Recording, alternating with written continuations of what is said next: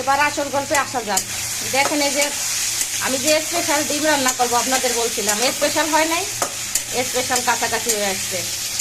তো আপনাদের যে কথা বললাম গল্প করবো ভাবছিলাম, ওই আজকে হচ্ছে রান্নার, আমার কিন্তু মাছ মাংস নাই তা না, সব আছে ফ্রিজে। মাছ আছে, মুরগি আছে 2টা, খাসি নাই, যাকে যা আছে আছে। মাছ ফ্রিজে রেখে দেয় আর এটা ওটা দিয়ে সংসার চালাচ্ছি। এবার দেখেন কষানো হয়ে গেছে। আমি এবার এখানে দেখেন কি কাজ করি, আমি এত কৃপণ হয়েছি। এই যে এর মধ্যে একটু হলুদ লবণ আছে, এই টুকরে ঝোলে দিয়ে দিলাম আগেতে, পরে ডিম আগে থেকে দেবো না। কেন ওইটা দিলাম জানেন? যাতে ওই হলুদ টুকু ফেলানো না যায়। আমি কৃপণ না, কিন্তু আমি হিসেব বহুত। শুধু শুধু ট্যাপের তলায় ফেলে দিলে কি লাভ? লাভ নাই তো কোনো। হাজব্যান্ড হচ্ছে শাপলা কিনে নিয়ে আসছে, শাপলা কিনে নিয়ে একটু ঝগড়া লাগাই দিয়েছিলাম। বলছি ফের যদি শাপলা কিনে আনো, আমি কিন্তু বাঁচবো না শাপলা। আমি তরকারি কাটতে পছন্দ করি না, কিন্তু পারি না তা না। এই দেখেন কাজের মেয়ে পেঁয়াজ ফুটে দিয়ে যায়, আর আমি এসব কি একটু কিছু কিছু করে কাটছি, কুচি কুচি করে ডিম রান্নার জন্য কাটে নিচ্ছি। আর আমি এটাকে সুন্দর করে কষাচ্ছি, কষালে পরে ঘিরান হবে ডিমের ঝোলে। আর আমি ফোড়ন দিচ্ছি জিরে, দারুচিনি, তেজপাতা আর কাঁচা লঙ্কা, পেঁয়াজ কুচি।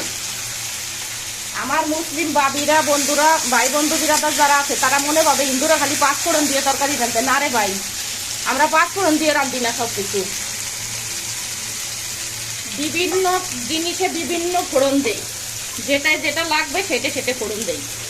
আপনাদের তো এক একদিন রান্না করি আর বলি যে এটাই কি ফোড়ন দিলাম, এটাই কি ফোড়ন দিলাম।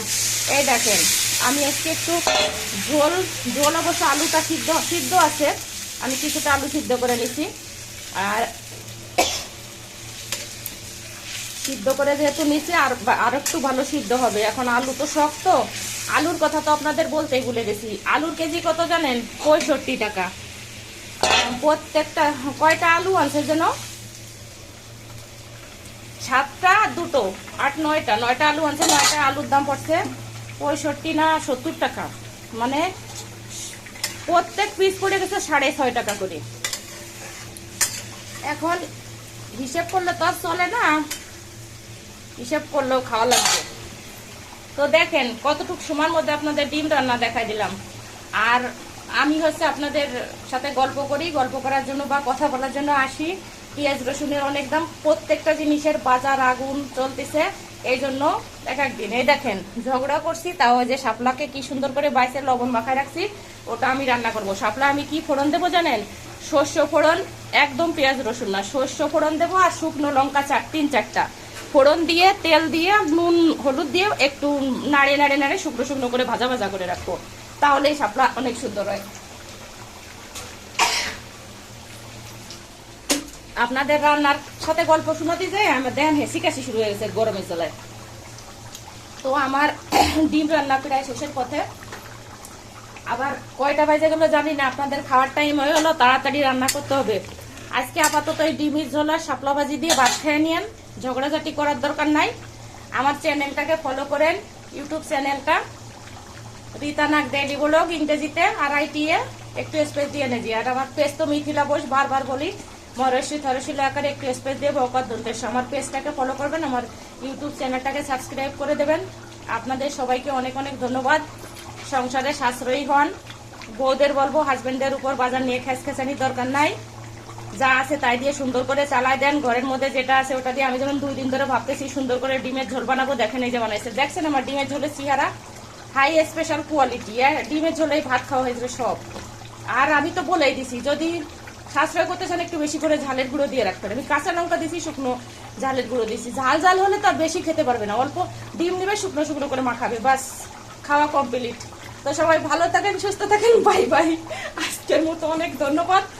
আর এত কথা এত হাসানো লাগবে না, আমি অনেক হাসাই আপনাদের। আপনারা আমার ভিডিও দেখবেন আর হাসবেন, হাসলে হার্ট ভালো থাকে, শরীর ভালো থাকে, সব ভালো থাকে। সবাইকে ধন্যবাদ। হ্যালো বন্ধুরা, good morning. Start for cooking. আজকে রান্না দেখাবো কি 5টা ডিম আর এই যে আলু কেটে নিছি। আলুর কেজি কিন্তু 60 টাকা। আজকে আপনাদের সাথে মজার গল্প আছে। তো আমি রান্না আগে দেখাই নেই, আর আমি আজকে কেমন করে রান্না করবো, যেহেতু ডিমটা স্পেশাল রান্না করবো। দেখেন এইটুকু জিরে বাটা, এর সাথে 2টো পেঁয়াজ দিছি, আর রসুন বাটা একটু বেশি, আর আদা সামান্য একটু, এইটুকু মশলা দেবো। আর রাঁধুনি স্কোয়ারের মরিচের গুঁড়ো আমি ব্যবহার করি, সেটা আপনারা তো ভালো করে জানেন। তো আমি হালকা করে ডিমটাকে, এটা সিদ্ধ ডিম, একটু ভেজে নিই, তারপরে আমি দেখাচ্ছি কিভাবে রান্না করি। আর আপনাদের সাথে অনেক মজার গল্প আছে বলছি। এই দেখেন সিদ্ধ ডিম ভাজা হয়ে গেছে, যে অল্প একটু ভাজা করছি, পিটো পিট করে নিলাম, একটু লাল লাল হয়েছে হালকা, বেশি আর ভাজবো না আমি। এবার আমি এটাকে নামাবো। দেখেন এখানে ফোড়ন দিছি কি, জিরে, 3 টুকরো তেজপাতা, দারুচিনি, এটা দিছি ডিম যেহেতু রান্না করবো মাংসের মতো করে অনেকটা। এবার আমি দেখেন আলু দিয়ে দেবো। আলু আমি সুন্দর করে সিদ্ধ করে নিচ্ছি। দেখেন ডিম আর একটা পড়ে গেছে এর মধ্যে।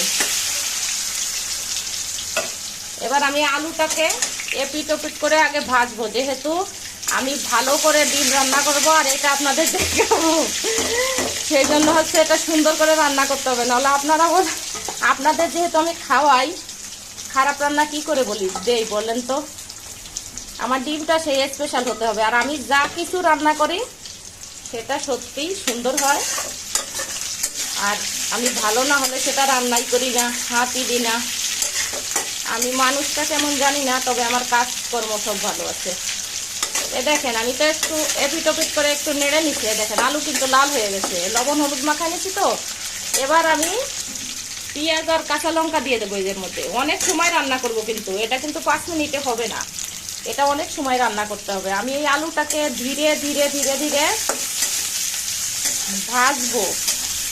আর পেঁয়াজ তো লাল হবে, পেঁয়াজ লাল হতে হবে। তারপরে এর মধ্যে মশলা দিয়ে দেবো, সমস্ত মশলা, জিরে বাটা, আদা, 2টো পেঁয়াজ ওর সাথে বাটা করছি, আর পেঁয়াজ অনেকটা দিচ্ছি। আজকে বেশি পেঁয়াজ দিয়ে রান্না করতেছি, ডিমের ঝোল একটু পেঁয়াজ রসুন ছাড়া ভালো হয় না।